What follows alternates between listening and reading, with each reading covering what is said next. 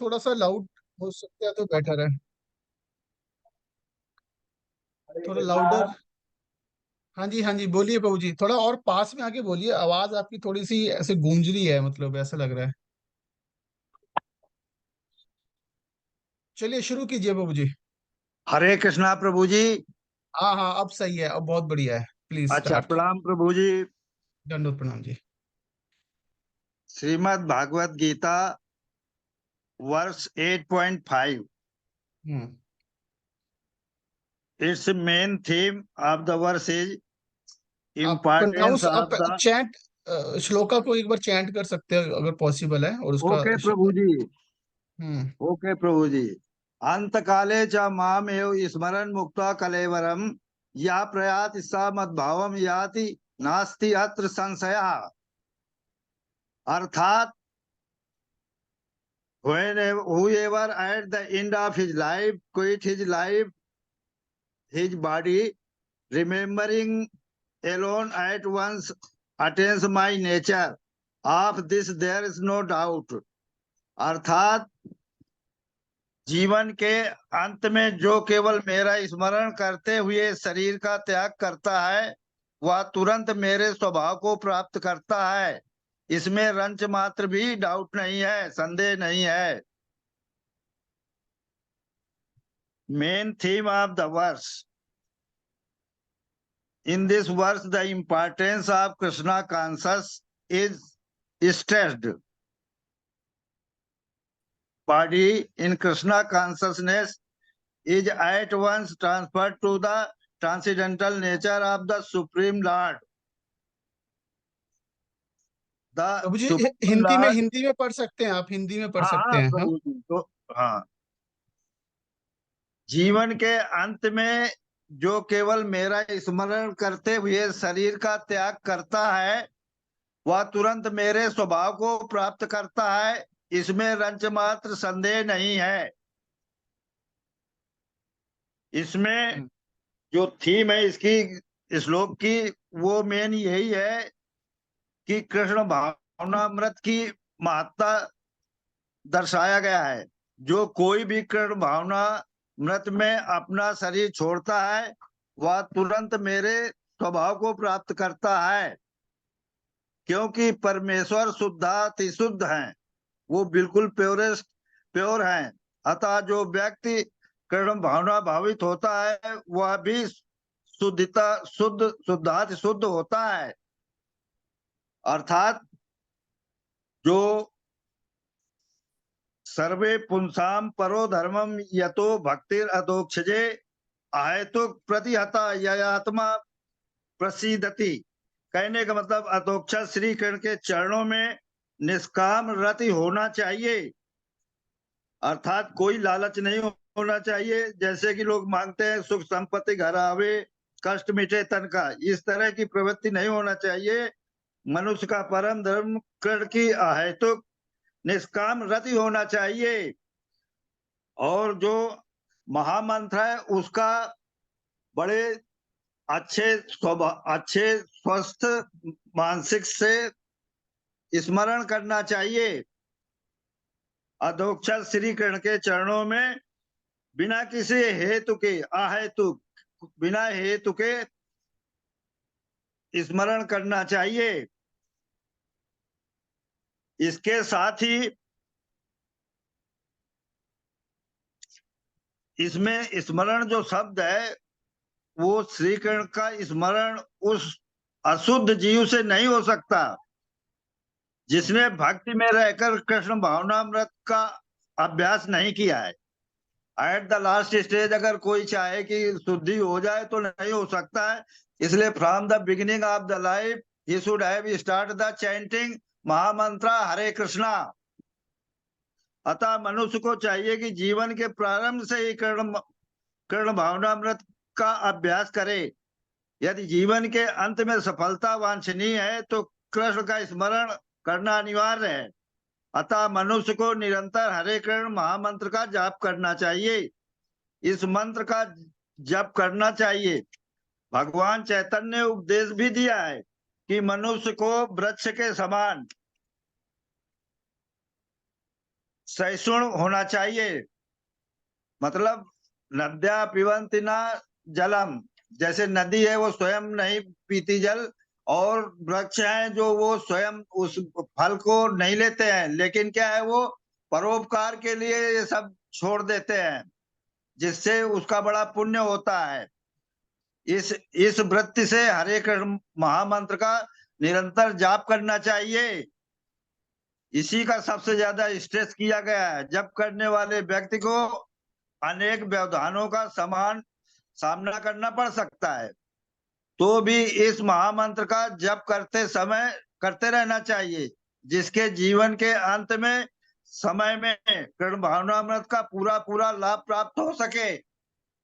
वही चीज बार बार पुनरावृत्ति हो रही है कि अधोक्षर श्री कृष्ण के चरणों में अहेतु की, बिना किसी हेतु के, बिना किसी कारण के ध्यान लगाना चाहिए। प्रभु जी हरे कृष्णा। मैं अब यहीं पर समाप्त करता हूँ। जो त्रुटियां रह गई हो मेरे से तो माफ करना प्रभु जी। Hare Krishna. Thank you very much. बहुत अच्छे से आपने श्लोक के बारे में बताया, प्रभुपाद जी के तात्पर्य से आपने इम्पोर्टेंट जो सबसे मेरे पहले सारे। मैंने सेलेक्ट किया था प्रभु जी इसी वर्ष को। हाँ, आपका बड़ा उत्साह है। आप जो हमारा श्लोका ग्रुप है उसमें भी आज सबसे पहले श्लोका याद करके भेजते हैं, तो थैंक यू वेरी मच, आपका बहुत बहुत धन्यवाद। प्रणाम। प्रणाम तो जी, प्रणाम प्रभु जी। हरे कृष्णा। सो इस श्लोका से संबंधित कोई और कुछ अपने कोई टिप्पणी करना चाहेगा, कुछ और एक्सप्लेन, कुछ एग्जाम्पल या कुछ भी कुछ शेयर करना चाहेगा इस श्लोक से related? You can raise your hand.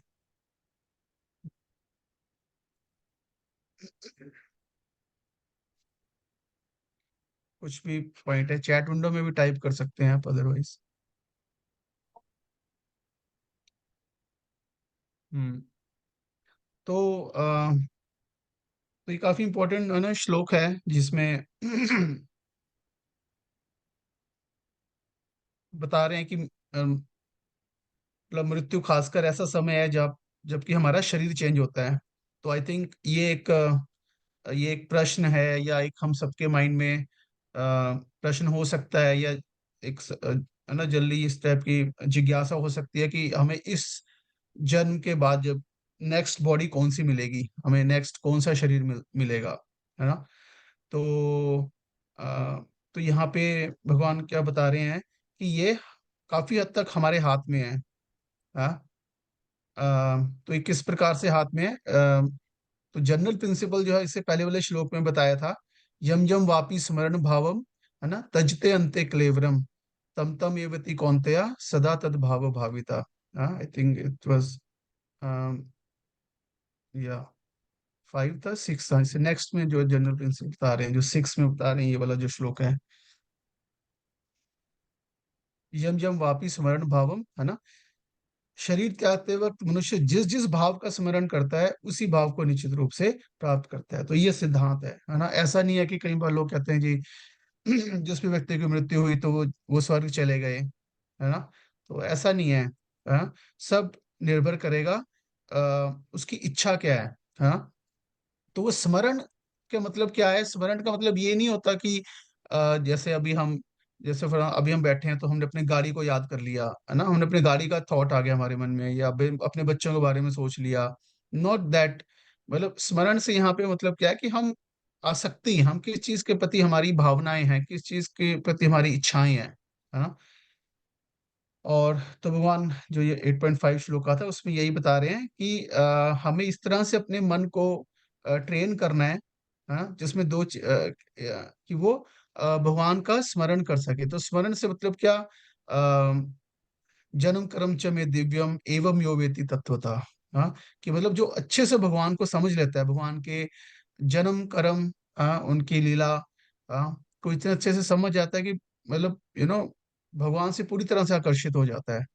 उसके अलावा और कोई इसका गोल नहीं रहता। हम्म। तो तो ऐसा व्यक्ति, कुछ जरूरी नहीं कि ये स्मरण हमें सिर्फ मृत्यु के समय करना है, हमें प्रैक्टिस करनी है कि ये स्मरण हमें हमेशा करने का प्रयास करना है ना? और फिर जब हम हमेशा करने का प्रयास करेंगे तो जब शरीर त्यागने का समय आएगा तब हम कर पाएंगे, तब भी हम कर रहे होंगे। और फिर उस वक्त भगवान कह रहे हैं कि अगर हम उनको उनको उनकी इच्छा कर रहे होंगे तो, है ना, तो भगवान हमें मिल जाएंगे, हम भगवान के धाम चले जाएंगे। इस संसार से संबंधित हम इच्छा कर रहे होंगे तो इस संसार, है ना, से संबंधित जो भी चीज है वो वैसा शरीर हमें मिलेगा। हाँ। सो और प्रभुपाद जी तात्पर्य में बता रहे हैं कि ये स्मरण, तो है ना, ये तात्पर्य में ये भी एक इम्पोर्टेंट चीज है कि अशुद्ध जीव भगवान का स्मरण नहीं कर सकता, है ना। तो हमें क्या करना है, तो हमें मन को शुद्ध बनाना है और फिर भगवान का स्मरण भी करना है। तो ये दोनों चीजें चैंटिंग से पॉसिबल है ना। तो चैंटिंग हमारे माइंड को प्यूरिफाई भी करती है और साथ में, है ना, मतलब भगवान का स्मरण भी कराती है। तो दोनों काम इकट्ठे हो रहे हैं। तो इसलिए हम ये जैसे 8 चैप्टर देखेंगे तो यहाँ पे बार बार प्रभुपाद जी शुरू के श्लोक हैं, ये वाला, इससे नेक्स्ट वाला, उससे भी, तस्मा सर्वेषु कालेषु मां मनुस्मरण युद्ध से, जहां भी स्मरण की बात आ रही है वहां पे बार बार महामंत्र के ना जप की बात हो रही है। तो इसलिए हमें महामंत्र का जो जप है, ये जो है ना, भगवान का स्मरण कराने का सबसे आसान तरीका है कलयुग में। तो इस प्रकार से जो है हमें इसका प्रैक्टिस करना पड़ेगा, है ना। ऐसा नहीं है कि जैसे, है ना, बताया कि लास्ट मोमेंट पे एकदम से हम कुछ, जस्ट हम ये सोच लें कि कई बार लोग ऐसे सोचते हैं कि हम काशी में जाके शरीर छोड़ दें, वृंदावन में जाके शरीर छोड़ देंगे तो फिर हम भगवान के धाम चले जाएंगे। It is not like that. वो वो चीजें थोड़ी हेल्प करती हैं हमें, है ना, बट सबसे इंपॉर्टेंट चीज है कि हमारी खुद के अंदर की हमारी चेतना का क्या लेवल है। तो ये इस श्लोक में है ना बात हो रही है।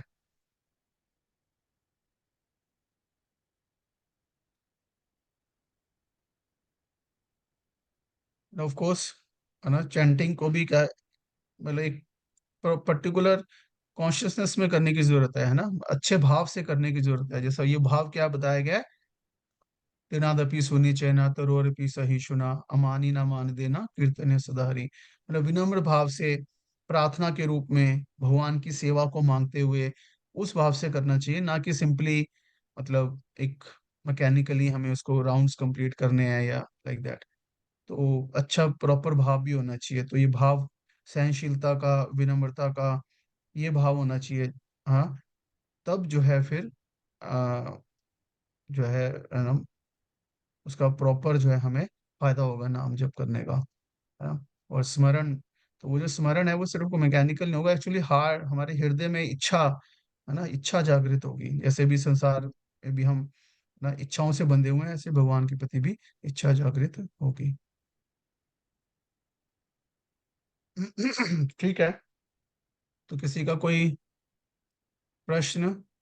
ओके। शिवम प्रभु का question, I have question that all bad karma we did in our last janma we get punishment, but where it end is but where it end, is there a way that bad karma ends, and what is way to do paschatap for our bad karmas? So Shivam प्रभु का प्रश्न है आ, कि जो भी हम अपने, है ना, जीवन में कर्म करते हैं, जैसे फॉर एग्जांपल पिछले जन्म में अगर हमने कोई पाप कार्य किए हैं तो उनका हमें फल मिलता है ना, कष्ट के रूप में अलग अलग प्रकार के। सो तो इसका एंड क्या है? हाँ, तो अल्टीमेटली कहाँ खत्म होता है? तो पाप कर्मों से मुक्ति पाने का क्या अ, तरीका है, और पश्चाताप अ, का क्या तरीका है, बेस्ट पश्चाताप क्या है ना। तो बहुत अच्छा प्रश्न है, क्योंकि जीवन में जो भी हमारे कष्ट आते हैं, तो वो उन कष्टों का कारण क्या है? हमारे खुद के कर्म है, जिनका फल हमें मिलता है। हम्म, और उसका पर्पस हम हमें सुधारना ही है ना, सिर्फ कष्ट देना नहीं है, कष्ट के द्वारा हमें सुधारना है ना। और तो तो पाप फल से मुक्ति के ना अलग अलग लेवल हो सकते हैं। एक साधारणतः पश्चाताप का एक तरीका होता है, जैसे कि हम देखते हैं कहीं किसी प्रकार का कोई यज्ञ करना, किसी प्रकार का कोई दान देना, वो भी एक प्रकार का पश्चाताप होता है, कर्म कांड होता है जो। हाँ। लेकिन उसके बावजूद है फिर व्यक्ति उसके मन में प्राप्त करने की इच्छा फिर भी बनी रहती है, तो उसका मन अभी भी शुद्ध नहीं होता, है ना। तो इसलिए भगवान भक्त कह रहे हैं कि, है ना, सबसे अच्छा पश्चाताप क्या है? भगवान की भक्ति करना। केचित कैवल्य भक्त्या वासुदेव परायणा अगम धुनवंती काष्णया निहारी व भास्कर। कि केचित कैवल्य भक्त, अगर समोदर कोई भगवान का भक्त बन जाता है, वासुदेव परायण बन जाता है, अगम धुनवंती काष्णया, सॉरी, अगम मतलब उसके बहुत सारे जो पाप हैं वो धुल जाते हैं, जैसे कि सूर्य के आते ही सारी धुंध हट जाती है। या भगवान भगवद गीता में कह रहे हैं, सर्वधर्मान परित्यज्य माम एकम शरणम व्रज अहम त्वं सर्व पापेभ्यो मोक्षयिष्यामि मा शुचा। हाँ। सो कहने का मतलब कि यह है कि जैसे ही हम भगवान की शरण लेते हैं, भगवान की भक्ति करते हैं, तो हम सारे पाप कर्मों से मुक्त हो जाते हैं। That is the main point. क्योंकि लॉ ऑफ कर्मा का पर्पस समझना है। लॉ ऑफ कर्मा का पर्पस ही है कि हमें, मतलब हमें भगवान की शरणागति तक लेके जाना। तो जो भगवान के शरणागत हो जाता है तो फिर लॉ ऑफ कर्मा उसके ऊपर एक्ट ही नहीं करता, है ना। That is the point. तो इसलिए बेस्ट जो पश्चाताप या प्रायश्चित या बेस्ट प्रोसेस है, अ, ना सिर्फ पाप कर्म के फल, लेकिन पाप करने की इच्छा, है ना, और पाप करने की जो प्रवृत्ति है, और अज्ञानता जिसके कारण हम पाप करते हैं, वो सब भक्ति करने से नष्ट हो जाता है। सो दैट इज द, मतलब, मोस्ट पावरफुल प्रोसेस। ठीक है। ठीक है, थैंक यू। अगर इस श्लोका से रिलेटेड और कोई पॉइंट नहीं है तो हम नेक्स्ट लेते हैं। नेक्स्ट श्लोका क्या है? 9.26। पूनम माता जी, पूनम मौर्य माता जी।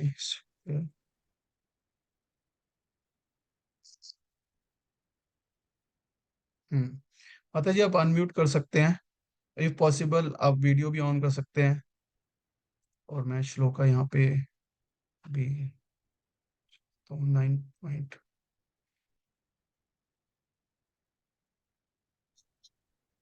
हम्म, हरे कृष्णा प्रभु जी, क्या आप मेरी आवाज सुन पा रहे हैं? हाँ जी, हाँ जी, सुन पा रहे हैं माता जी। जी, ये हरे है कृष्ण। श्लोका। सो थैंक यू, आपने वॉलंटियर किया।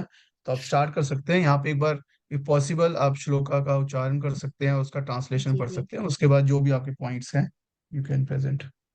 सबसे पहले आपका बहुत बहुत धन्यवाद कि भगवान के नाम की चर्चा में मुझे शामिल होने का अवसर मिला इस चर्चा के जरिए। तो मैं थैंक यू। पहले श्लोक पढ़ना चाहूंगी।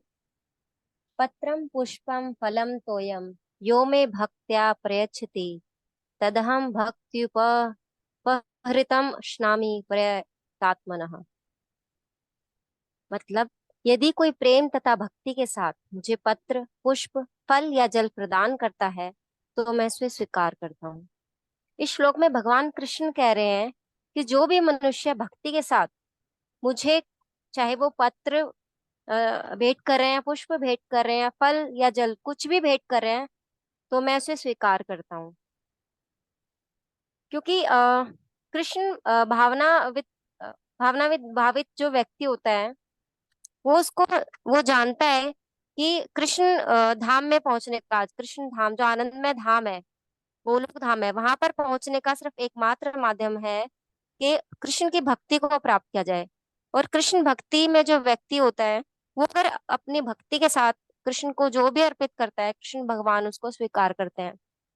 अगर कोई व्यक्ति गरीब है तो उसको ये नहीं सोचना चाहिए कि मैं तो गरीब हूँ, अगर मैं कुछ अर्पित करूंगा तो भगवान उससे पता नहीं स्वीकार करेंगे या नहीं करेंगे।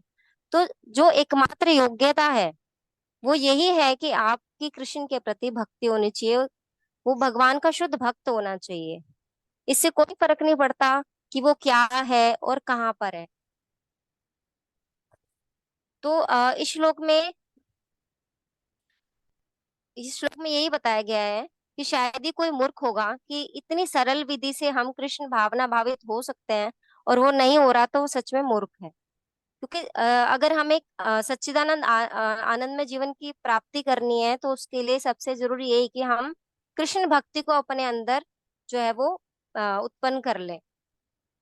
क्योंकि जब जो कृष्ण है वो अपने शुद्ध भक्त से एक छोटा सा फूल तक ग्रहण कर लेते हैं, जबकि जो अभक्त होते हैं उनसे वो कोई भेंट स्वीकार नहीं करते, क्योंकि वो तो अपने आप में ही सर्वोपरि है, उनके पास किसी चीज की कमी नहीं है। वो इस संसार के रचयिता है, वो इस संसार की एक एक चीज का निर्माण उन्होंने किया है, तो उन्हें किसी चीज की आवश्यकता नहीं है। लेकिन अगर भक्ति के साथ उन्हें कोई कुछ अर्पित करता है तो उन्हें अच्छा लगता है, उन्हें लगता है कि हाँ, उस भक्त का उनके प्रति जो प्रेम होता है उससे जो है वो खुश हो जाते हैं और उसको स्वीकार कर लेते हैं। तो ये जरूरी नहीं है कि कोई जो इंसान है वो ब्राह्मण है या बहुत विद्वान है या बहुत पैसे वाला है या बहुत महान विचारक है, अगर आप ये सोचो कि अगर वो कुछ अर्पित कर रहे हैं, महंगे महंगे तोहफे अर्पित कर रहे हैं, तो भगवान उसको स्वीकार करेंगे, नहीं। सबसे पहली और आखिरी शर्त यही है कि आपके अंदर कृष्ण के प्रति भक्ति होनी चाहिए, सच्ची भक्ति। तो सच्ची भक्ति के साथ आप जो भी अर्पित करेंगे कृष्ण को, वो उसको स्वीकार कर लेंगे। तो अभक्त से कृष्ण जो है वो कुछ भी स्वीकार नहीं करते, क्योंकि जो कृष्ण है वो ही एकमात्र भोक्ता है, आदि स्वामी है, और समस्त यज्ञ भेंटों के वास्तविक लक्ष्य, यानी कि जो भी यज्ञ आदि किए जाते हैं उनका वास्तविक लक्ष्य यही होता है कि जो है कृष्ण को उस यज्ञ का जो है फल जो है अर्पित किया जा सके। तो कृष्ण जो है, कृष्ण से जो प्रेम करने वाला होता है वो उन्हें उनकी इच्छित वस्तु देते हैं, और ऐसी कोई वस्तु भेंट नहीं करते जिसकी उन्हें इच्छा ना हो या उन्होंने मांगी ना हो। तो यानी कि जैसे कि इस श्लोक में भी बताया गया है कि फल, शाक, फूल, जल। तो इस श्लोक से क्लियर हो रहा है कि उनको जो है वो शाक शाक यानी कि उनको मांस, मछली, अंडे ये सब स्वीकार नहीं है। उनको सिर्फ शाक, अन्न, फल, दूध, जल ये सब चीजें ही स्वीकार है, और मनुष्य के लिए भी यही उचित भोजन है। भगवान कृष्ण ने इसी का आदेश दिया है। और जैसे कि श्लोक में दो बार भक्ति का उल्लेख किया गया है, तो यानी कि सबसे पहली और आखिरी शर्त यही है कि भक्ति भक्ति को हमें उत्पन्न करना है अपने अंदर कृष्ण के लिए। क्योंकि भक्ति के बिना हम किसी भी मंदिर में चले जाएं, कितने भी पुस्तकें पढ़ लें, अगर यदि हमारे अंदर सच्चा प्रेम नहीं है कृष्ण के लिए, तो वो सब व्यर्थ है। तो इसमें ये भी बताया गया है कि जो कृष्ण जो स्वीकार करते हैं, मनुष्य को भी वही भोजन करना चाहिए। तो यानी कि साफ साफ ये जाहिर होता है कि जो मनुष्य मांस का, मछली का, अंडे का सेवन करते हैं, ये तो तय है कि अगर वो कुछ भी भेंट कर रहे हैं तो कृष्ण भगवान उसे स्वीकार नहीं करेंगे, क्योंकि वे उचित भोजन नहीं करने चाहिए। इसके अलावा जो भी हम भोजन कर रहे हैं उसको सबसे पहले कृष्ण को अर्पित करना है। उससे क्या होगा कि जब हम भोजन को भगवान को पहले अर्पित करेंगे तो वो भोजन नहीं रह जाएगा, वो प्रसाद बन जाएगा। और जब हम उस प्रसाद को ग्रहण करेंगे तो उसका हमें फल मिलेगा, मतलब वो हमारे लिए पॉजिटिव रहेगा। तो इस श्लोक के जरिए वो बताना चाह रहे हैं कि हमें शाकाहारी भोजन लेना है, और भक्ति के साथ जो भी हमें जो भेंट चढ़ानी है वो भक्ति के साथ चढ़ानी है, और भगवान से प्रार्थना करनी है कि भगवान इस भेंट को स्वीकार करें। तो इससे क्या होगा कि भगवान के प्रति आपका प्रेम बढ़ेगा, क्योंकि सबसे जरूरी है कि उनके प्रति आस्था, विश्वास, भक्ति।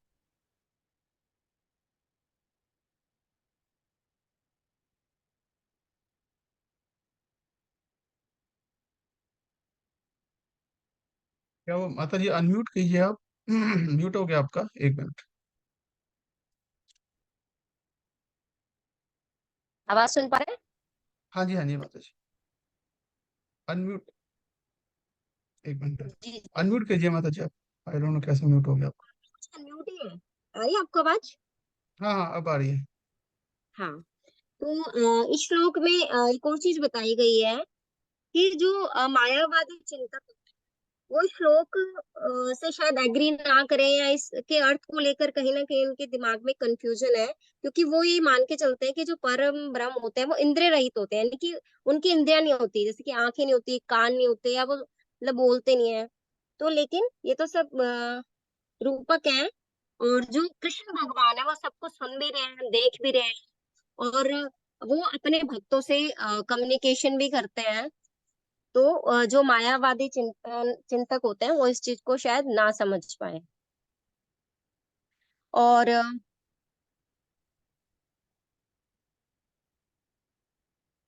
अ, बस इतना ही मैं कहना चाहूंगी, क्योंकि आज मैं पहली बार बोल रही हूँ, मुझे इतना अनुभव नहीं है बोलने का। तो बस मुझे ये था कि अवसर मिल रहा है तो इस अवसर का फायदा, कम से कम इस बहाने एक श्लोक में अगर पढ़ती हूँ और शायद कहीं कुछ मुझे समझ में आ जाते तो मेरा सौभाग्य होगा। तो आपका बहुत बहुत धन्यवाद। हरे कृष्णा। हरे कृष्णा। थैंक यू, बहुत बहुत धन्यवाद माता जी आपका। बहुत अच्छा आपने एक्सप्लेन किया तात्पर्य के आधार पे। So thank you very much. So और किसी भक्त का कोई पॉइंट है इससे रिलेटेड?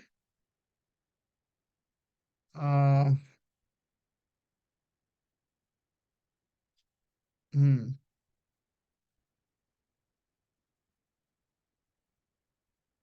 पत्रम पुष्पम फलम तोयम यो मे भक्ता पृच्छति तद हम भक्ति उपारतम अश्नामि प्रयत आत्मना। ओके, शिव बाबू का पॉइंट है, प्रोजी I am pure vegetarian but we have seen so many great guru who used to eat non-vegetarian. Still, we are sure that there is a topmost Krishna consciousness. Can you light upon this matter? सो शिव प्रभु का एक point है यहाँ पे कि तो कहना है कि बहुत कोई उन्होंने कोई ऐसे कोई महान साधु देखे हैं कि जो कि मांसाहार करते थे, और लेकिन उनको जो है जो है ना उच्च भक्ति मिली, है ना, कृष्ण कॉन्शियसनेस मिली। तो मैं इसके ऊपर कुछ कमेंट करूं। तो मतलब आई डोंट नो, मतलब मैं इस पे कोई कमेंट नहीं कर सकता बिकॉज मतलब मैं ऐसे कोई इंफॉर्मेशन को जानता नहीं, ना ही शास्त्र में ऐसा मैंने कुछ पढ़ा है कि ऐसे कौन से गुरु थे जिन्होंने ऐसा किया। लेकिन यहाँ पे साक्षात है ना भगवान जो है वो जो बात बता रहे हैं, तो हमें उसको फॉलो करना चाहिए, है ना, that is important for us. तो साक्षात भगवान कह रहे हैं कि मुझे ये अर्पित करो और भक्ति से अर्पित करो, तो दैट्स इट। तो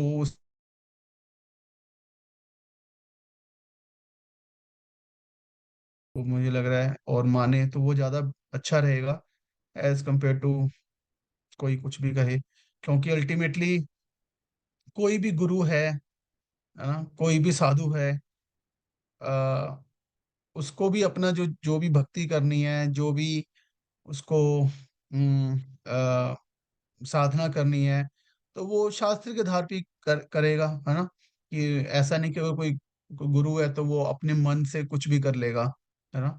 तो जो भी गुरु है उसको भी भगवत गीता के आधार पे ही अपना जीवन आचरण करना चाहिए, है ना। तो अगर तो अगर हम यहाँ पे देखें तो भगवान भगवत गीता में तो ये बता रहे हैं कि मेरा भक्त ऐसा करता है और वो मुझे बहुत प्रिय होता है। तो देर आर वेरी, मतलब बहुत कम चांसेस हैं कि जो आप केस बता रहे हो ऐसा, है ना। तो let us focus more on the, है ना, जो यहाँ पे भगवान का संदेश है, टीचिंग्स है, उसको हम फॉलो करें, है ना। और जो गुरु है वो भी भगवान के संदेश को ही रिपीट करते हैं, उससे कुछ अलग नहीं बताते हैं कि उल्टा करते हैं उससे वो। और जो ऐसा कर रहा है एक्चुअल में फिर वो असली गुरु नहीं है एक्चुअल में। तो हमें ऐसे गुरु को फॉलो नहीं करना चाहिए, और ऐसे गुरु को हमें अपना एग्जाम्पल भी नहीं बनाना चाहिए, है ना। That is the point. Hmm. और कोई पॉइंट, एनी?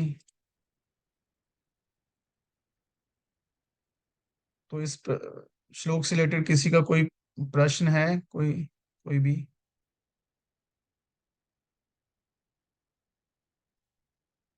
तो मतलब द मोस्ट इम्पॉर्टेंट एप्लीकेशन इस श्लोक की यही है कि हमें जो, है ना, कि भगवान को अ, वो अर्पित करना चाहिए, है ना, भोग लगा के ही स्वीकार करना चाहिए।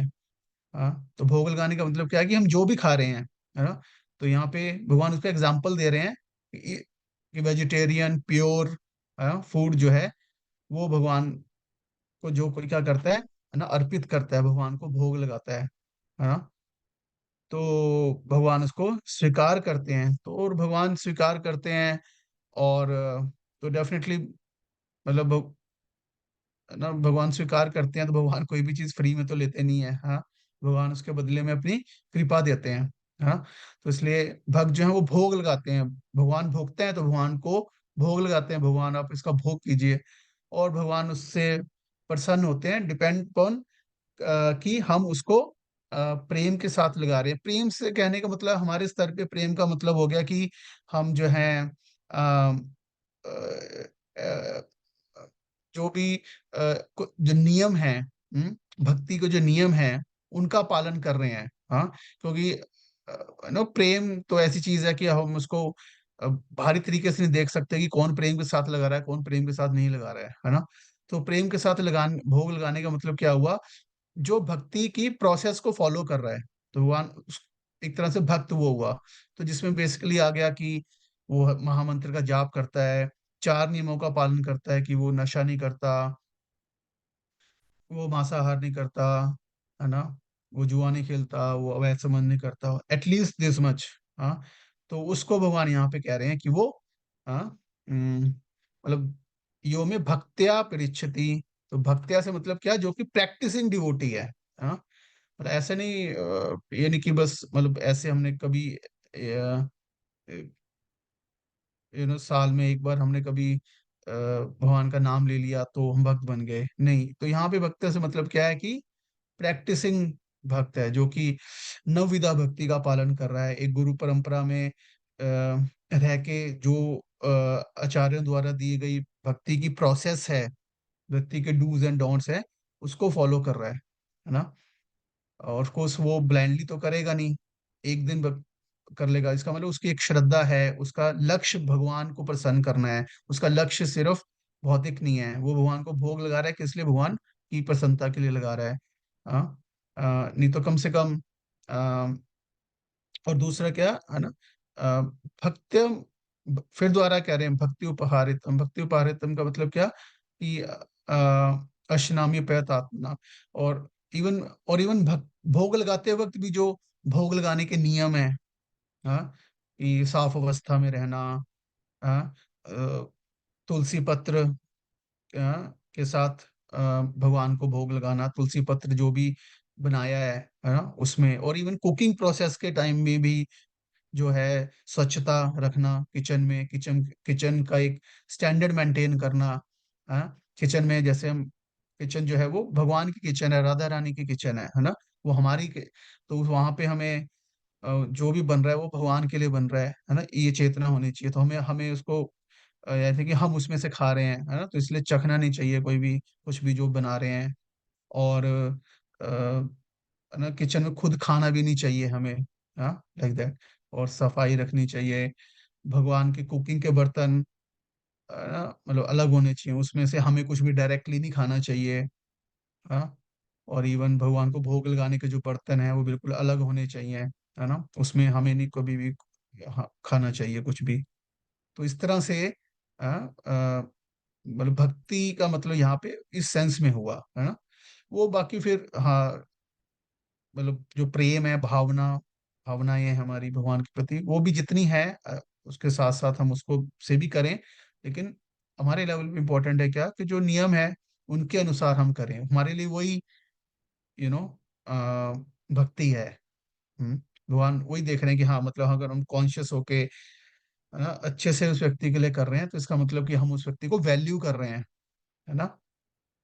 मतलब कि आपके घर में मान लो कोई, हाँ, कोई बहुत आप कोई मेहमान आ जाता है ना, तो तो हम बड़े और फॉर एग्जाम्पल कोई बड़ा कोई व्यक्ति आ जाता है, हाँ, घर का कोई बहुत बड़ा व्यक्ति आ जाता है, या कोई बाहर से कोई ऑफिसर आ जाता है, लाइक दैट, मतलब कोई कोई बहुत ही बड़ा व्यक्ति आ जाता है, तो हम बहुत ना कॉन्शियसली होकर इसको सर्व करते हैं ना, कि सब कुछ हाँ ठीक से है, सब साफ है, तो इसी तरह से भगवान, हाँ, घर में है, वो सबसे महान व्यक्ति हैं जो घर में है, तो उनको सर्व करना चाहिए हमें बड़े ही ध्यान पूर्वक, और यू नो आदर के साथ, रिस्पेक्ट के साथ, हाँ। और भोग लगाते हुए जो है मंत्रों का उच्चारण करना चाहिए, हाँ, जो कृष्ण का जो प्रणाम मंत्र है, तो वो भी परंपरा में भोग लगता है कि पहले कि जो गुरु हैं, प्रभुपाद जी हैं, है ना, उनको मंत्र, फिर उसके बाद चैतन्य पंच तत्व मंत्र, फिर हरे कृष्ण महामंत्र, लाइक दैट। तो उस तरह से फिर भगवान उसको स्वीकार करते हैं, उसको फिर हम 10-15 मिनट भगवान को आराम से खाने देते हैं। हाँ, तो एक व्यक्ति की तरह से डील करना है, जैसे व्यक्ति खाता है, लाइक दैट। तो इस तरह से तो ये हम करेंगे, तो बहुत ही सरल विधि है, लेकिन इससे भगवान प्रसन्न हो जाते हैं, है ना। प्रसाद, प्रसाद मतलब कृपा। तो हम भगवान को भोग करते हैं, भगवान अपनी कृपा हमें बदले में देते हैं। इससे और उसका कृपा का इफेक्ट हम हमारे अपने हृदय में देखते हैं। जब प्रसाद पाने से हमारा हृदय शुद्ध होता है, हमारे हृदय में भक्ति आती है। और तो ये प्रैक्टिकल है बिल्कुल। हाँ, लाइक दैट। तो इस तरह से इस श्लोक को हमें अप्लाई करना चाहिए, अलग अलग परिस्थिति के हिसाब से, जैसा भी हो सकता है, लेकिन एटलीस्ट किसी न किसी लेवल पे हमें करना चाहिए। हर रोज नहीं कर सकते, एटलीस्ट एक बार करें, है ना। सबके घर में अलग अलग स्थिति हो सकती है। ठीक है, बहुत बहुत धन्यवाद माता जी। हरे कृष्णा। ओके, नेक्स्ट क्या है? 10.9, अंजना माता जी। अंजना माता जी हैं? अंजना माता जी यहाँ पे? हाँ। ओके, कविता सिन्हा माता जी आ गई हैं, तो पहले हम उनका फटाफट 7th चैप्टर का जो 14 श्लोक था, वो भी काफी इंपॉर्टेंट है, वो ले लेते हैं, उसके बाद फिर 10 चैप्टर कर लेंगे। ओके कविता माता जी। हरे कृष्णा प्रभु जी, दंडवत प्रणाम। दंडवत सॉरी प्रणाम। प्रभु आप जी, मैं फटाफट, अवेलेबल नहीं हो पाई। यस यस प्रभु जी। आप वांछा ट्रैवलिंग कर रहे हैं ना कल्पतरुभ्यश्च। अभी? यस यस प्रभु जी। ओके वांछा ओके, यू कैन। कल्पतरुभ्यश्च कृपा सिन्धुभ्येव च पतितानां पावनेभ्यो वैष्णवेभ्यो नमो नमः। श्रीला प्रभुपाद की जय। प्रभु जी मैं पढ़ रही हूँ। हाँ दैवी प्लीज। ही एषा गुणमयी मम माया दुरत्यया मामेव ये प्रपदन्ते मायामेता तरन्ति ते। मैंने जो अपना तैयार किया है प्रभु जी, अपनी एक बार बुद्धि से। ट्रांसलेशन पढ़ लीजिए, एक बार ट्रांसलेशन पढ़ लीजिए। ओके प्रभु जी। प्रकृति के 3 गुणों वाली इस मेरी दैवी शक्ति को पार कर पाना बहुत कठिन है, किंतु जो मेरे शरणागत हो जाते हैं वे सरलता से इसे पार कर जाते हैं। भगवान अर्जुन जी को बता रहे हैं कि प्रकृति के 3 गुण, जो सतो रजो और तमो गुण से जो रस्सी की तरह है, हम जीवात्माओं को बांधा गया है। लाइक कि एक गोल्डन रोप है, एक सिल्वर रोप है एंड एक आयरन रोप है, लेकिन हमें उससे बांधा गया है। हमें कौन सा पसंद होगा? सोने की, चांदी की, लोहे की। लेकिन हमें कुछ भी बंधन पसंद होगा ही नहीं, इसीलिए हमें कुछ भी अच्छा नहीं लगेगा। हमें ऐसा लगेगा कि हम फ्री रहें। और फ्री तो हम भगवान की सेवा करके ही हो सकते हैं, ये भौतिक जगत से या किसी भी बंधन से, सुख दुख जन्म मरण बीमारी बुढ़ापा। तो उसके लिए हमें भगवान एक आश्वासन भी देते हैं कि मेरी शरण में आओ। मामे वे ये प्रपदन्ते माया में तरंती थे। तो मेरी शरण में आओगे तो मैं तुम्हें इस भव सागर से, जो माया का जाल है, उससे मैं पार कर दूंगा। तो हमें इस तात्पर्य में प्रभुपाद जी ने बताया है कि हमें शिव और ब्रह्मा आदि जैसे महान लोगों के भी शरण में जाने की जरूरत नहीं है, क्योंकि भगवान ऑलरेडी हमें बहुत बड़ा आश्वासन दे रहे हैं कि हमें सिर्फ मेरी शरण में आओ, क्योंकि हम उनके अंश हैं। तो हमें उनके शरण में ही जाना चाहिए, क्योंकि मुक्ति तो हमें भगवान ही दे सकते हैं इस भव सागर से। ब्रह्मलोक तक भी मुक्त नहीं है, तो हम मुक्त नहीं हो सकते उनके शरण में जाने से। तो हमें हमेशा भगवान के ही शरण में जाना चाहिए और माया को सत्ता नहीं देना चाहिए, क्योंकि जब हम माया को सत्ता देते हैं तो माया हमें बांधती है और माया होती है। और जैसे ही हम पूर्ण रूप से भगवान की सत्ता को स्वीकार करते हैं, तो माया बिल्कुल ही नहीं वहां पे होगी। तो इसलिए हम केवल भगवान को सरेंडर करें और माया का आश्रय रखेंगे तो माया हमारे साथ रहेंगे, और भगवान का आश्रय रखेंगे तो भगवान ही हमारा ख्याल रखेंगे, हमें बिल्कुल माया के टच में नहीं आने देंगे। भगवान जन्म मृत्यु और ये जो भव सागर है, जैसे समुद्र में कोई गिर जाए और बचाने के लिए कहीं से कुछ नहीं है, और डूबने वाला तो बच ही नहीं सकता है, क्योंकि बचाने वाला कोई बाहरी व्यक्ति होना चाहिए। तो इस संसार भव सागर में जैसे हम सभी डूब रहे हैं, तो हम किसी और का आश्रय रखते हैं तो हम नहीं बच सकते। इसके लिए सिर्फ वही व्यक्ति बचा सकता है जो इस भव सागर से ऊपर है, और ऐसा केवल सिर्फ एक व्यक्ति है, वो है श्री भगवान कृष्ण। तो वो हमें बचा सकते हैं। और वो जो माया है इतनी स्ट्रांग है कि जैसे सूरज जो है बादल से कभी कभी ढक जाता है, हालांकि बादल को सूरज ने ही बनाया है वाष्पीकरण से, इवोपरेशन से। तो हम इतना बादल से ढक जाते हैं कि हम सूरज को नहीं देख पाते हैं, तो हमें लगता है कि सूरज है ही नहीं। उसी तरह भगवान की माया से हम जब बहिरंगी शक्ति से ढक जाते हैं तो हमें लगता है भगवान नहीं है, या भगवान रिस्पॉन्स नहीं कर रहे हैं, या हम किसी भी तरह से हम भगवान को नहीं कर पाते हैं कम्युनिकेट, तो हमें ऐसा लगता है कि सब कुछ व्यर्थ है। लेकिन जैसे ही माया रूपी बादल हटती है और हम जब हरे कृष्ण महामंत्र और अपनी भक्ति के प्रोसेस को, आचार्यों के दिए गए निर्देशन को मानते हैं, फॉलो करते हैं, बढ़िया से करते हैं, बिना कुछ कमी के, अपने शक्ति के अनुसार पूरी तरह से, तो हम उस भाव सागर को बहुत आराम से पार कर सकते हैं। ऐसा भगवान के आश्वासन से और गुरुजनों के आशीर्वाद से, उनकी जो उनका जो इम्पावरमेंट हम लोग को मिलता है, उससे हम लोग निकल सकते हैं। इसलिए मेरे हिसाब से हम लोगों में जितनी भी शक्ति है, 1-1% भगवान के चरणों में समर्पित कर देना चाहिए। मैं एक हाउस वाइफ हूँ, मैं खाना बनाती हूँ, लेकिन मुझे लगता है कि हो सकता है इससे डेली भगवान को मैं करती हूँ तो खुश हो जाएंगे भगवान। तो मैं हर दिन, मैं खुद नहीं खाती हूँ, ऑलरेडी मुझे बहुत सारी प्रॉब्लम्स है तो मैं नहीं खाती हूँ, लेकिन मैं स्पेशली कोशिश करती हूँ कि मैं भगवान को ऑफर करूँ, और वो प्रसाद मैं दूसरों को देती हूँ। और मैं फ्रिज में नहीं रखती भर के, ये मेरा छोटा सा एक्सपीरियंस है। तो मैं भर के नहीं रखती, मैं सबको दे देती हूँ जो मेरे बिल्डिंग में है, ताकि उन लोगों के तक तो पहुंचे वो। तो मैं ये करती हूँ, एक छोटा सा कोशिश है, किस तरह भगवान खुश होंगे। तो इसमें मैं कभी कभी पहले आता था कि मुझे हाँ, प्रशंसा मिल जाएगी, पर धीरे धीरे वो चीज अच्छी नहीं लगने लगी, क्योंकि प्रभुपाद कहते हैं जो करना है कृष्णा के लिए करना है, हमें अपने लिए नहीं करना। तो मैंने देखा कि धीरे धीरे ये चीजें हट रही हैं और हटती हैं। तो हमें बिल्कुल कोशिश करनी है कि हम कैसे अपने प्रैक्टिकल लाइफ में इसको इम्प्लीमेंट कर दें।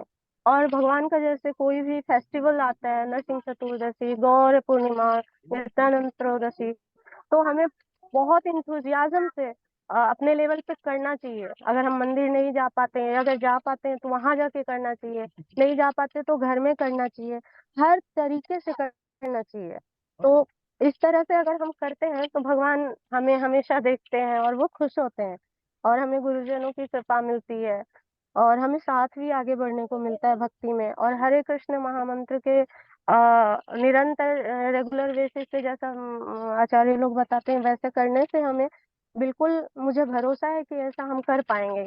हमारी कोशिश जरूर सक्सेस होगी। ये मैं प्रैक्टिकल इम्प्लीमेंटेशन के लिए बता रही हूँ।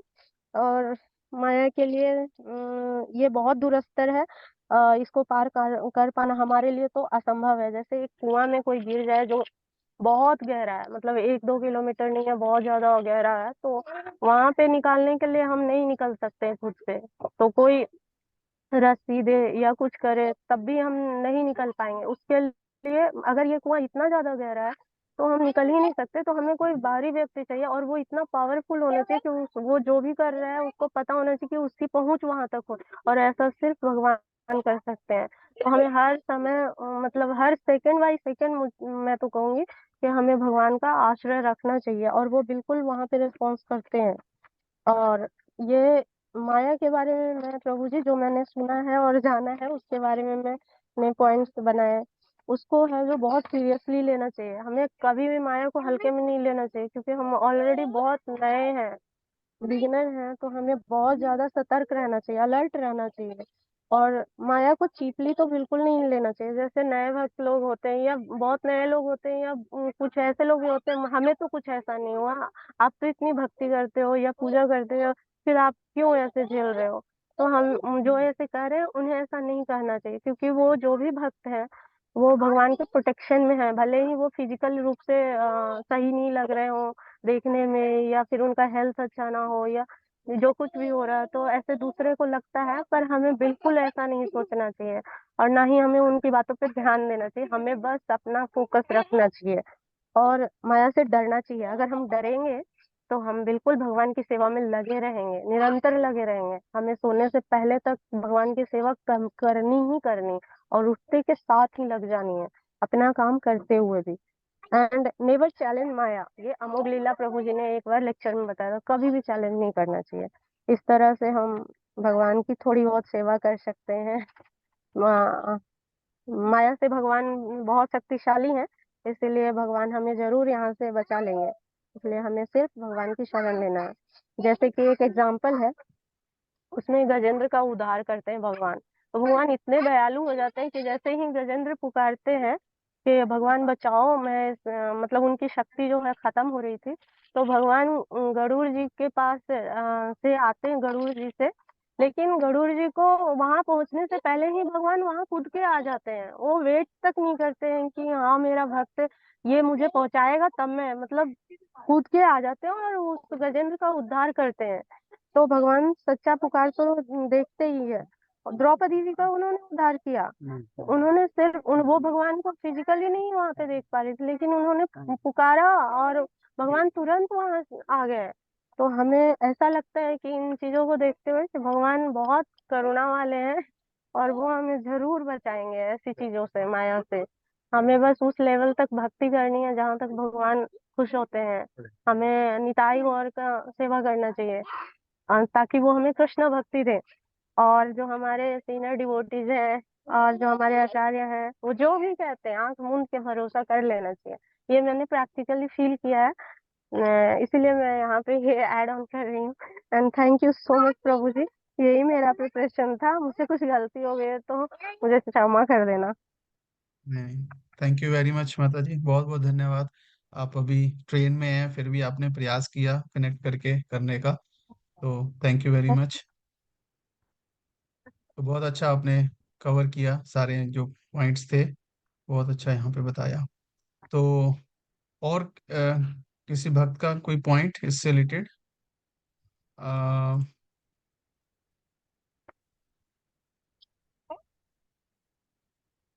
तो शिवम प्रभु का प्रश्न है, अवर responsibility towards our dependent and their well-being, like we feel to collect some funds so that they can survive, even if we are not there. But if it's all my then what should I do and leave the responsibility of this world? Okay, so अच्छा प्रश्न है शिवम प्रभु का कि generally हम इस संसार में कार्य करते हैं, है ना, और हमारी रिस्पॉन्सिबिलिटीज हैं हमारे परिवार के प्रति, और हम उनके लिए जो भी सुख सुविधा है, धन है ना, वो हम इकट्ठा करते हैं सो दैट वो उनका अच्छे से निर्वाह हो सके, मेंटेनेंस हो सके, कल हम नहीं है तो भी हो सके, है ना। तो इनका प्रश्न है, तो अगर ये सब माया है ना, तो फिर क्या हमें फिर ये अपनी जो भी उत्तरदायित्व हैं, रिस्पॉन्सिबिलिटीज हैं, तो इसको क्या करना चाहिए, निभाना चाहिए या नहीं निभाना चाहिए? तो आई होप आपका प्रश्न ठीक है शिवम प्रभु, जो मैंने समझा है। Is it okay? सो तो पहला पॉइंट तो ये है कि हमें ये समझना है कि माया का मतलब क्या है। तो ये संसार अपने आप में माया नहीं है। माया इन द सेंस कि ऐसा नहीं कि ये संसार अपने आप में रियल नहीं है, ये संसार अपने आप में एक इसका कोई अस्तित्व नहीं है, ये एक सपने की तरह है, ऐसा नहीं है ना। तो ये संसार अपने आप में एक वास्तविकता है, भगवान की शक्ति है ना, भगवान की भौतिक शक्ति है, जो वो है पंचभूत से बना हुआ, भूमि अपो अनल वायु खम मनोबुद्धि एवचा, तो इन सब से बना हुआ ये एक रियलिटी है। हाँ, तो अम, तो फर्स्ट पॉइंट ये कि माया का मतलब ये नहीं है कि जनरली जैसे हम कहते हैं कि सब माया है, तो सब माया का मतलब ये नहीं है कि उसका मतलब उसका कोई अस्तित्व नहीं है या कोई वो भ्रम है या इल्यूजन है, ऐसा नहीं है। वो एक रियलिटी है, रियल शक्ति है। तो प्रॉब्लम क्या है, तो यहाँ माया का मतलब क्या हुआ फिर ना? तो माया का मतलब क्या है ना, माँ मतलब ना, या जो नहीं है। कहने का मतलब कि माया का मतलब क्या होगा कि जो मतलब उसको हम जैसा समझ रहे हैं वैसा नहीं है। कहने का मतलब ये कि ये विचार है ना, या ये मेंटेलिटी या ये भ्रम कि ये भौतिक, हम इस भौतिक है ना संसार के, इस भौतिक संसार में सुख है, ये सोचना कि हम इस भौतिक संसार को कंट्रोल कर सकते हैं। हाँ, और इवन ये कि हम शरीर हैं, मतलब हम हमारी जो पहचान है, हम भौतिक हैं, है ना, ये शरीर मैं ये शरीर हूँ, और ये संसार की चीजें मेरी हैं। ये जो ये जो विचार है, ये माया है। ये मेरा है। ये घर मेरा, ये है ना, जो भी है, मैं मैं ये हूँ, मैं ऐसा दिखता हूँ। तो ये जो मेंटेलिटी है, ये जो मिसकंसेप्शन है, ये माया है। माया जो नहीं है उसको वो समझना, ठीक है ना। तो ये जो भ्रम है, हम्म, जैसे यहाँ पे बताया गया है, तीन गुणों वाली जो माया है ना, मतलब ये जो भौतिक प्रकृति है, ये तीन गुणों से बनी हुई है, सतो, रजोगुण और तमोगुण से। और हम इसी के साथ अपनी पहचान बनाते हैं। हाँ, तमोगुण आ रहा है तो हम आलसी आलस हो रहा है, इनअटेंटिवनेस हो रही है। रजोगुण आ रहा है, बहुत सारी इच्छाएं आ रही हैं, हम इस संसार से संबंधित। हाँ, शतुर्गुण में हमारे पास कुछ नॉलेज आ रहा है, हम पीसफुल फील कर रहे हैं। तो ये सब प्रकृति के गुण हैं, और अब वो ये प्रकृति के गुण है, वो लगता है हमारे गुण है, मतलब हम वैसे हैं, हमारी क्वालिटी है वो। लेकिन ये वो प्रकृति की क्वालिटी है, हम उसके साथ अपने आप को पहचान बना रहे हैं, उसके साथ अपने आप को आइडेंटिफाई कर रहे हैं, ये प्रॉब्लम है। हाँ, जैसे कि सिनेमा में हम, है ना, जो स्क्रीन पे चल रहा था उस चीज से अपने आप को आइडेंटिफाई कर लेते हैं, हम उसमें खो जाते हैं। तो वो माया है, हम अपने आप को भूल जाते हैं। हाँ, सो वो माया है। हाँ? तो माया का एक मतलब हो गया कि उस एक वैसी अवस्था जहां पे हम अपने आप को, जो भौतिक प्रकृति है, उससे अपनी पहचान हमने बना ली है, और अपनी असली पहचान को हम भूल गए हैं। दैट इज माया। और माया अपने आप में भगवान की शक्ति भी है एक ना, मतलब ये हमें माया की स्थिति में कैसे आए हैं, माया शक्ति के द्वारा आए हैं, जिसके भगवान यहाँ पे बात कर रहे हैं, देवेशी गुणमयी, मम माया, मम माया। तो ये माया कहाँ से आई है, मम माया, भगवान कह रहे हैं ये मेरी माया है, मेरी शक्ति है ये। हाँ, तो प्रश्न उठता है, तो हम इस स्थिति में कैसे आए। हाँ, पुरुषा प्रकृतिस्थो ही भुंक्ते प्रतिजान गुना कारणम गुण संगस्य सदस्वद योनि कर्मसु। हाँ, क्योंकि जब जीवात्मा, है ना, भगवान से विमुख होता है, भगवान की सेवा नहीं करना चाहता, भगवान से अलग होकर सुख भोगना चाहता है, तो भगवान जो है, अगर वो अपने आप को भूलना चाहता है, कि मैं भगवान का अंश हूँ, मैं भगवान का सेवक हूँ, भगवान की प्रेममयी सेवा, भगवान का मेरा प्रेममयी संबंध है, जब वो इस चीज को भूलना चाहता है, तो भगवान जीवात्मा की इच्छा पूरी करते हैं। कैसे, उसको एक नया पहचान देके। तो माया में बेसिकली तीन चीजें होती हैं, अविद्या, विद्या और प्रधान। मतलब कि जो ये जो भौतिक संसार बना है, ये प्रधान मतलब, है ना, टोटल मटेरियल एनर्जी से बना है। और फिर एक क्या होती है, अविद्या शक्ति। तो अविद्या शक्ति है, जीवात्मा को ढक लेती है। और जब जीवात्मा को ढक लेती है, तो दो कार्य होते हैं। एक, क्या वो अपने आप को भूल जाता है। हाँ, और दूसरा, वो अपनी एक नई पहचान इस शरीर से संबंधित बनाता है। जैसे भागवत में श्लोक आता है, ईशा तपितस्य विप्रय अस्मृति। हाँ, तो ईशा तपितस्य, ईश मतलब भगवान से, अपितस्य मुख मोड़ता है, विप्रय अस्मृति, तो दो चीजें होती हैं, अस्मृति, उसको अपनी, है ना, अस्मृति हो जाती है, अपनी असली पहचान की स्मृति चली जाती है। और विप्रय, एक और ऑल्टरनेटिव पहचान वो अपनी बनाने लग जाता है। उससे फिर क्या होता है, भयम, भयम द्वितीय अभिनिवेश। तो द्वितीय अभिनिवेश, द्वितीय मतलब एक जो सेकंड रियलिटी है, मटेरियल रियलिटी, अभिनिवेश, उसमें वो एब्जॉर्ब हो जाता है। हम्म और फिर उसमें, अब वो भौतिक प्रकृति है, वो उसका कंट्रोल में नहीं है, वो समय के प्रभाव में है। तो उससे कारण उसमें उसको भय उत्पन्न होता है, एंग्जाइटी उत्पन्न होती है, अब क्या होगा, हाँ, अब फ्यूचर में क्या होगा, लाइक दैट, इस तरह से वो फंस जाता है। हाँ, भय में, क्रोध में, इन चीजों में फंस जाता है। हाँ, और इस तरह से कष्ट पाता है। तो यहाँ पे बता रहे हैं, तो कैसे वो उससे बाहर निकल सकता है, खुद नहीं निकल सकता, वेरी डिफिकल्ट, क्योंकि वो खुद अविद्या में है। हम्म जैसे जो व्यक्ति बंधा हुआ है, जैसे, है ना, माता जी ने एग्जाम्पल दिया, कौन सा, है ना, समुद्र का एग्जाम्पल दिया था, है ना, कि जो व्यक्ति खुद समुद्र में गिरा हुआ है, वो अपने आप को कैसे, चाहे कितना भी एक्सपर्ट स्विमर हो, अगर वो बिल्कुल, है ना, अटलांटिक ओशन के सैंड में गिर जाए, तो वो कितना तैर लेगा, थोड़ी देर तैरने का प्रयास करेगा, फिर थक जाएगा। हाँ, तो वो खुद अपने प्रयास से नहीं कर सकता। जब तक कि वो क्या ना करे, ना उसको कोई रेस्क्यू करने ना आए। तो उसको बचाने कौन आएगा, जो खुद मुक्त है, जो खुद उस समुद्र से बाहर है। जैसे प्रभुपाद एग्जाम्पल देते हैं कि जो खुद रस्सी से बंधा हुआ है वो दूसरे को कैसे रस्सी से खोल सकता है, इसका मतलब वो पहले खुद फ्री होना चाहिए, है ना। तो भगवान क्या है, भगवान तो मतलब वो जो रस्सी है वो क्या है, वो भगवान की रस्सी है, भगवान की शक्ति है, भगवान उसको खोल सकते हैं, हम खुद नहीं अपने प्रयास से खोल सकते। हाँ, तो इसलिए भगवान की शरण लेनी है। तो भगवान की शरण लेने का मतलब क्या हुआ, तो जैसे इसको शरणागति बोलते हैं, है ना। तो शरणागति में 6 चीजें आती हैं। अनुकूल से संकल्प, प्रतिकूल से विवर्जिता, सबसे इंपॉर्टेंट क्या है कि जो भक्ति के अनुकूल है चीजें उनको ग्रहण करना, और भक्ति के प्रतिकूल जो चीजें हैं उनको तिरस्कार करना, लाइक दैट। फिर जो है ना, प्रतिकूल से विवर्जितम, रक्षेति विश्वासो गोप्तित्व वर्ण, कि भगवान हमेशा हमारी रक्षा करेंगे ये विश्वास होना चाहिए, भगवान मेंटेन करेंगे। कार्पण्य, हमेशा विनम्र होना चाहिए, लाइक दैट।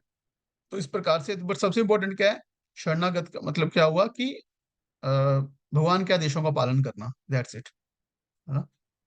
तो ऐसा नहीं है कि ठीक, मतलब हम कहते हैं हम भगवान की शरण ले ली, तो शरण मतलब कोई ऐसा प्रैक्टिकली शरण का मतलब क्या हुआ कि भगवान के आदेशों का, उनकी शिक्षाओं का पालन करना, प्रयास करना एटलीस्ट, है ना, एटलीस्ट प्रयास करना। तो जो फिर वो प्रयास करेगा, तो भगवान कह रहे हैं कि मैं उसको माया से मुक्त कर दूंगा। क्यों? क्योंकि वो प्रयास कर रहे हैं, इसका मतलब वो भगवान से प्रेम करने का प्रयास कर रहा है, वो कृष्णा के जो विमुख हो गया था अब उनके उन्मुख हो रहा है वो। तो अब माया का कोई काम ही नहीं है, क्योंकि वो भगवान को याद करने का प्रयास कर रहा है। तो अब भगवान उसको याद दिलाएंगे तो माया का प्रभाव हटाएंगे। अगर वो भगवान को भूलना चाहेगा तो अविद्या माया ढकेगी। हाँ, तो इसलिए कहने का मतलब कि सब कुछ हमारी इच्छा के ऊपर डिपेंड कर रहा है। हम इच्छा करेंगे तो भगवान कवरिंग, मतलब उनको भूलना चाहेंगे, उनसे दूर जाना चाहिए, भगवान कवरिंग बढ़ा देंगे। हम उनके पास आना चाहेंगे, भगवान कवरिंग हटा देंगे, है ना। तो सब उनके कंट्रोल में है। हमारे कंट्रोल में क्या है, सिर्फ, है ना, मतलब इच्छा करना और उनके आदेशों का पालन करना। वो जैसे जैसे हम करते जाएंगे तो भगवान को विश्वास होता जाएगा कि ये मुझे चाहता है, ये मेरे पास आना चाहता है। तो फिर माया को कह देंगे चलो हट जाओ, है ना, इसको आवरण हटा दो, तो माया हट जाएगी। माया भगवान से अलग नहीं है, भगवान की सेवा कर रही है। हाँ, और इनफैक्ट मतलब माया कोई बुरी चीज नहीं है, मतलब हमारे लिए एक तरह से, मतलब उस जीवात्मा के लिए जो भगवान को भूलना चाहती है, तो जीवा माया तो भुलवा रही है ना। हाँ, और वो तब तक भुलवाते रहेगी जब तक कि मतलब हमारे हृदय में भगवान के लिए प्रेम नहीं आ जाएगा, तब तक भुलवा के रखेगी। क्योंकि अगर उससे पहले अगर माया हट जाती है, और अगर हमारे हृदय में भगवान के लिए प्रेम नहीं है, तो एक्चुअल में हम तो बहुत सा हम तो कष्ट में स्थिति में आ जाएंगे, समझ रहे हैं। हम्म जैसे हम अपने आप को पहचान में आएंगे कि ओ हम हम तो भगवान के दास हैं, हम तो ये कृष्णा सर्वेंट नहीं, बट मैं तो भोग करना चाहता हूँ, तो क्या होगा। हाँ, बहुत कष्ट होगा हमें। तो इसलिए जीवात्मा जो है, माया को ढक के रखती है, नहीं तो जो है हम अ, बहुत दुखद स्थिति में आ जाएंगे। लेकिन जैसे ही जीव के हृदय में भगवान के लिए प्रेम में सेवा का भाव आएगा, माया हट जाएगी, भगवान माया को हटा देंगे कि उसको मेरे पास आने दो, क्योंकि वो मेरे पास आना चाहता है। अगर वो मुझसे दूर जाना चाहता है तो उसको मुझे भुला के रखो, लाइक दैट। तो इस तरह से मतलब भगवान, माया, जीव और शास्त्र, है ना, हमें आदेश कैसे पालन करने हैं, शास्त्र के आधार पे, और गुरु। तो ये सारे मिलके ऐसे काम करते हैं, हाँ। कृष्णा, जीव, माया, शास्त्र और गुरु और वैष्णव साधु, मतलब इस तरह से 4-5, है ना, लोग मिलके अल्टीमेट पर्पस क्या है कि जीवात्मा को भगवान के पास जाना है। हाँ, ठीक है, हरे कृष्णा। सो आपका जो प्रश्न था आई होप क्लियर हो गया, उस सेंस में कि अब जहां तक अब इस संसार की जो रिस्पॉन्सिबिलिटीज हैं, अगर हम उसको समझें, तो इस संसार की रिस्पॉन्सिबिलिटीज को भी हम भक्ति के रूप में कर सकते हैं, है ना। भक्तिमय बना के कि जो भी घर है, परिवार है ना, उनको भी भगवान से जोड़ें।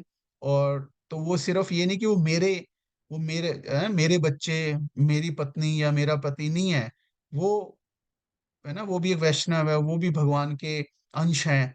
हाँ, तो उनके प्रति सिर्फ मेरी जो सेवा का भाव, मेरा जो संबंध है, तो वो भगवान के संबंध में भी है ना। तो अब मेरे अब उनके लिए जो भी करना है, उनको उनके लिए जो भी पालन पोषण करना है वो सिर्फ इस एंगल से नहीं करना है कि सिर्फ उनका शरीर पालन करना है, बल्कि उनको भी भगवान से जोड़ना है ना। नहीं भी जुड़ रहे तो हम एटलीस्ट उस चेतना से उनके साथ डील करें, सेवा भाव से, है ना, तो वो एक सेवा बन जाती है। तो वहां पे फिर जो घर, जो पति, जो संबंध है, भौतिक संबंध भी हैं, भौतिक संबंध भी आ, आध्यात्मिक बन जाते हैं। हाँ, वो भी भक्ति में आगे बढ़ने का साधन बन जाते हैं। तो भक्ति उस सेंस में बहुत अच्छे है कि हर चीज को भगवान से जोड़ के आ, उसको सेवा के एंगल से हम लगा सकते हैं। सक्सेस और मनी कुछ जरूरी नहीं हमेशा भगवान से दूर लेके जाए। भगवान के बहुत महान भक्त हुए हैं जिनको बहुत सक्सेस मिली है। हाँ, अम्बरीश महाराज थे, युधिष्ठिर महाराज थे, पांडवों को भगवान ने सक्सेस दिया इतना।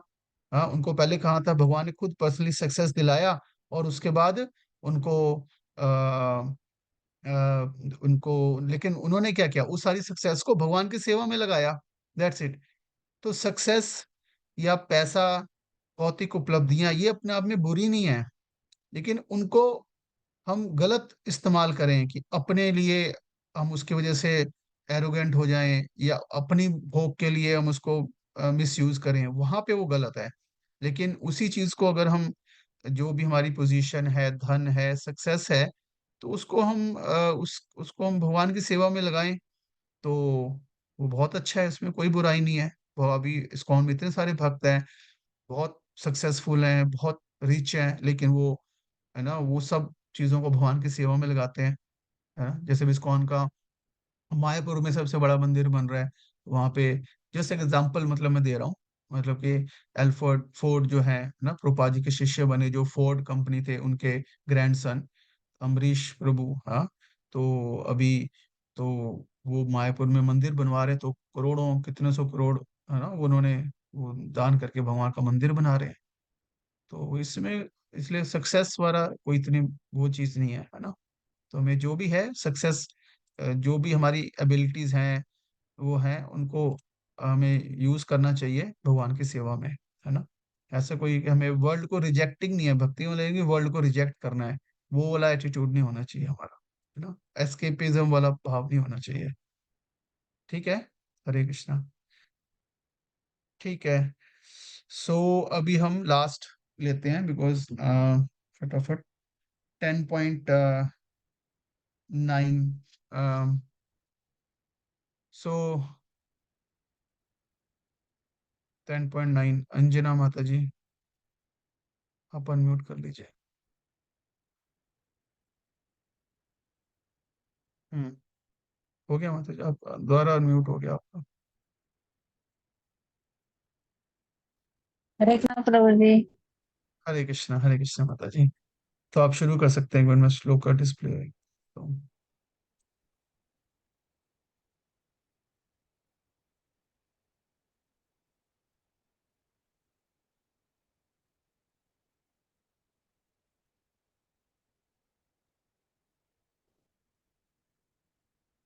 हाँ जी माता जी, प्लीज स्टार्ट कीजिए फटाफट। मत चिंता मत प्राणा बोधयन्त परस्पर परम कथयन्तश्च नित्य तुष्यन्ति च रमन्ति रमन्ति च। मेरे तो हेलो हरे पढ़िए। कृष्ण।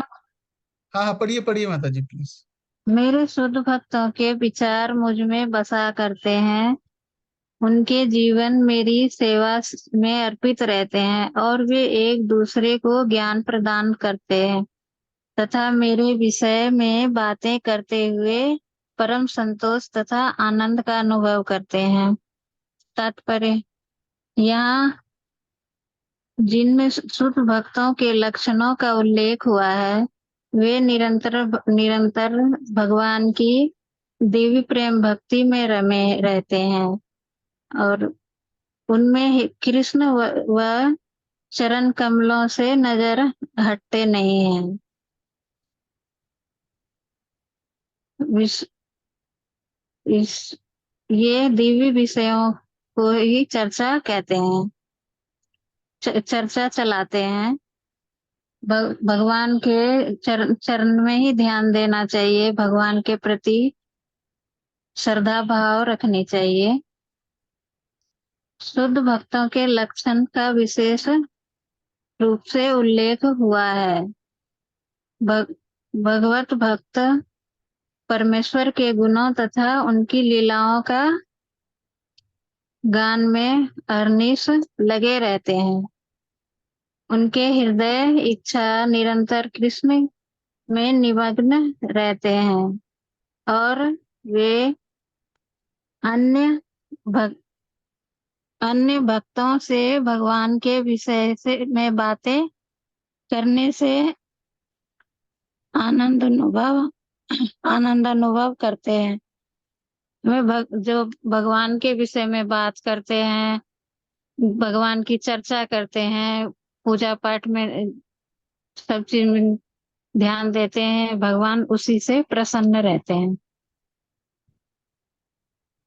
भक्ति की प्राथमिक अवस्था में सेवा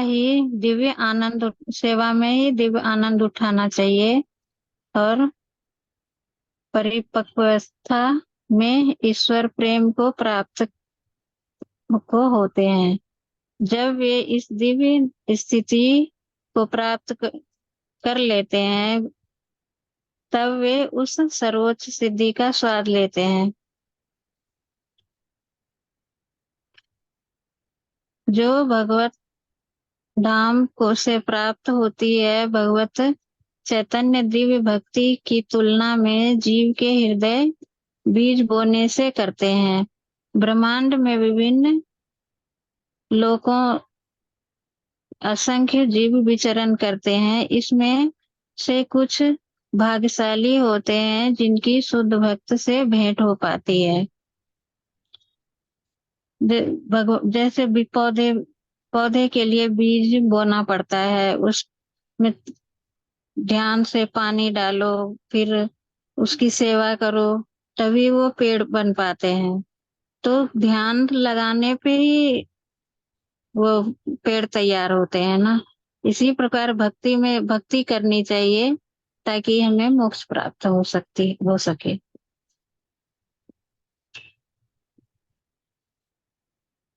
जिस प्रकार नियम सींचते हैं बीज फलता है, भक्ति रूपी आध्यात्मिक पौधा क्रमशः बढ़ता रहता है जब तक ब्रह्म ज्योति में प्रवेश नहीं करता। ब्रह्म ज्योति में पौधा तब तक बढ़ता जाता है जब तक उस उच्चतम लोक को नहीं प्राप्त कर लेता। गोलोक, वृंदावन या कृष्ण परम धाम कहते हैं। यह पौधा भगवान के चरण कमलों की शरण प्राप्त कर वहीं विश्राम पाता है।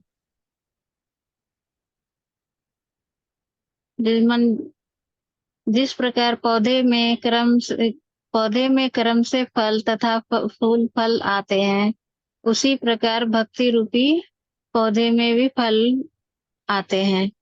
इसलिए हमें कीर्तन तथा श्रवण के रूप में उसका चिंतन चलता रहता है।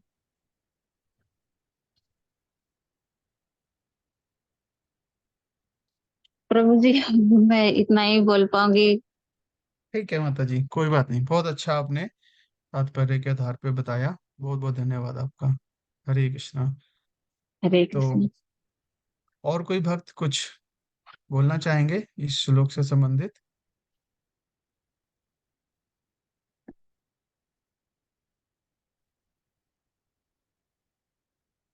तो ये इम्पोर्टेंट है ना श्लोक है, जो चतुर्श्लोकी भगवद गीता है, उसका ये श्लोक है। मत चित्ता मदगत प्राणा बोधयन्ते परस्परम कथयन्ते च माम नित्यम तुष्यन्ति च रमन्ति च। तो इसमें है ना बेसिकली बता रहे हैं कि जो इससे पहले वाला श्लोका था कि किस भोक्ता राम यक्तपसम सर्वलोक महेश्वरम, सॉरी नहीं, अहम सर्वस्य प्रभुवो मत्ता सर्वम प्रवर्तते इति यो भजन्ते मां भूता भाव संविता। तो जब हम इस प्रकार से समझ जाते हैं कि हम सर्वस्व प्रभु मत्ता सर्व, किस भगवान ही जो है वो सब चीजों का मेंटेनर है और सब कुछ जो उनसे आया है, तो बुधा भाव में, तो इस तरह से हम जब हमारी बुद्धि है ना समझ जाती है, कन्विंस हो जाते हैं हम, तो हम क्या करते हैं, बुधा भाव से अन्विता सेवा भाव भगवान के प्रति हमारे हृदय में आता है कि हम उनकी भक्ति करें। और फिर वो प्रोसेस क्या है, मत चित्ता मत प्राण। तो इस प्रकार से मतलब बोधयन्ते परस्पर, मतलब कि यहाँ पे हम मेन जो पॉइंट है वो है भक्तों का संग, है ना, कि जो भक्ति की प्रोसेस है, भक्तों के संग में क्या है ना, तुषंती चा रमंती चा। और वो क्या होना चाहिए भक्तों के संग में, श्रवणम कीर्तनम, हाँ, का जो प्रोसेस है वो और ज्यादा सेटिस्फाइंग, तुषंती सेटिस्फाइंग, रमंती आनंद देने वाला हो जाता है ये। हाँ, तो भक्ति का ऐसा नहीं कि अभी हम बहुत है ना रगड़ रहे हैं अपने आप को और माला कर रहे हैं और उसमें मतलब कोई तपस्या कर रहे हैं और फिर जाके हमें कुछ आनंद मिलेगा, कुछ है ना भ्रम प्राप्त होगा या है ना like that, it's not like that. मतलब भक्ति की ये भक्ति की प्रोसेस ऐसी है, हाँ, कि स्टार्टिंग से ही, हाँ, स्टार्टिंग से ही हम तुषंती चा रमंती चा, हायर हैप्पीनेस जो है भक्ति की हम एक्सपीरियंस करते हैं जब भक्तों के संग में हम क्या करते हैं, भक्तों के संग में भक्ति की विधि का पालन करते हैं। तो यहाँ पे मेन है कि भक्तों के संग में वो चीज है ना आसान हो जाती है और हम सारे इंस्पिरेशन मिलती है ना, तुषंती एक एक दूसरे को इनकरेजमेंट मिलती है, एक दूसरे को देकर इंस्पिरेशन आती है, और भगवान प्रसन्न होते हैं इससे।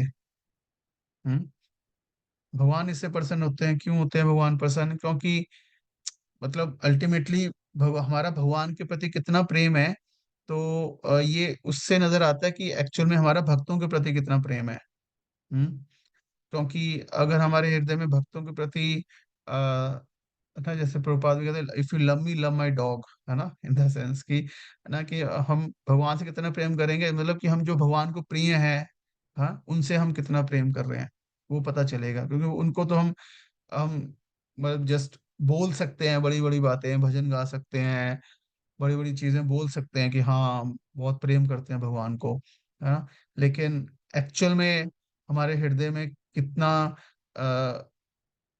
एक्चुअल में कितनी विनम्रता है हमारे हृदय में, कितना हमारा हृदय कितना शुद्ध है एक्चुअल में, हम कितना एक्चुअल में हमारी चेतना विकसित है, वो नजर आएगी हम भक्तों से कैसे डील करते हैं उनसे करते हुए हमारे हृदय में क्या, अगर भक्तों के प्रति ईर्ष्या का भाव आ रहा है, इसका मतलब हमारे हृदय में अभी भी भगवान के प्रति भी ईर्ष्या है।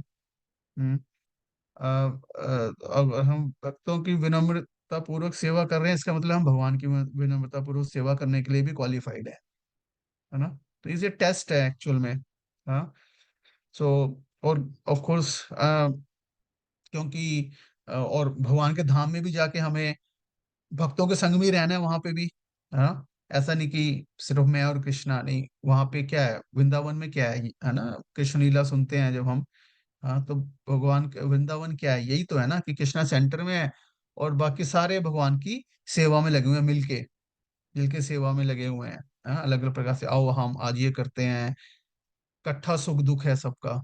हाँ, तो आपस में बहुत प्रेम है और वो प्रेम किस संबंध में है कि सभी कृष्णा से प्रेम करते हैं, मतलब अपना कोई सेल्फिश सेल्फिश मोटिव नहीं है, किसी का सेल्फ सेंटर्डनेस नहीं है कुछ भी।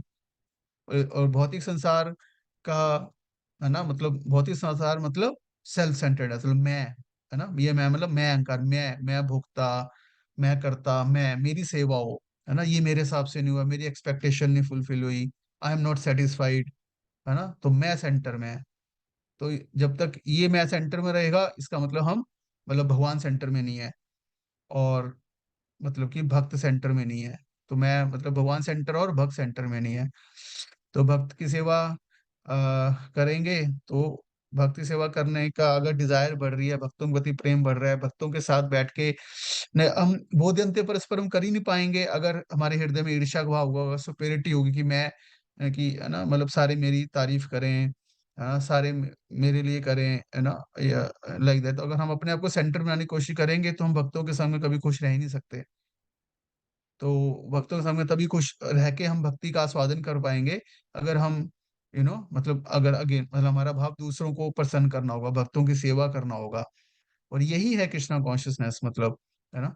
ऑफ कोर्स ये उस सेंस अगेन मतलब दूसरे को भी सेटिस्फाई अपने सेल्फिश पर्पस के लिए नहीं कर रहे हैं, मतलब जेन्युइन जेन्युइन सेवा का भाव होता है जो वैष्णव सेवा। तो वो इस संबंध में कि ये भक्त जो है भगवान को बहुत प्रिय हैं, तो इनको प्रसन्न करने से भगवान भी प्रसन्न होंगे। सो इस प्रकार का ये मूड है ये। तो कहने का मतलब भक्तों का संग ये कोई ऐसा ये नहीं है कि कोई जैसे एक सोसाइटी चीज है या कोई इंस्टीट्यूशनल चीज है। ये भक्तों का संग जो है ये भक्ति के प्रोसेस का एक अनअवॉइडेबल मतलब है ना, मतलब ये एलिमेंट है उसका। हाँ, अंग है, भक्ति का अंग है ये। हाँ। और और उसी में फिर हम जो है वो इस प्रकार से हम आगे बढ़ते हैं। ठीक है, ठीक है। सो और कोई किसी भक्त का कोई प्रश्न, कोई पॉइंट? आई थिंक जो 11 चैप्टर का श्लोका था वो आज प्रभु जी का मैसेज आया था, प्रदीप प्रभु का, ही इज नॉट अवेलेबल। तो I think will not do that, तो उसको यहीं पे खत्म करेंगे। तो किसी का कोई और कोई कमेंट, कुछ भी, कोई और कुछ फीडबैक देना चाहते हो? आई होप ठीक रहा, है ना, भक्तों के लिए थोड़ा मुझे आप सबसे बहुत सीखने का मौका मिला। काफी अच्छे अच्छे पॉइंट्स सब भक्तों ने बोले, पिछली बार भी और इस बार भी। तो मेरे लिए काफी लर्निंग था, बहुत अच्छा सीखा आप सबसे मैंने। तो बहुत बहुत धन्यवाद आप सभी भक्तों का। आप इस प्रकार से भगवान के संदेश को गंभीरता से ले रहे हैं और है ना उसके लिए समय निकाल रहे हैं। तो मैं आप सबका बहुत बहुत आभारी हूँ। और इस प्रोसेस में मतलब मैं भी सीख रहा हूँ, है ना, मतलब जो भी थोड़ा बहुत आता है टूटा फूटा वो मैं आपको बताने का प्रयास करता हूँ। तो सो ऐसे मिलजुल के हम, है ना, धीरे धीरे धीरे धीरे सीखना है हमें और भक्ति में आगे बढ़ना है ना। तो यही प्रयास करेंगे। ठीक है। तो नेक्स्ट वीक हम जो है 12 चैप्टर वी विल स्टार्ट। ठीक है। So thank you very much. Shrimad Bhagavad Gita की जय। जगत गुरु शिला प्रभुपाद की जय।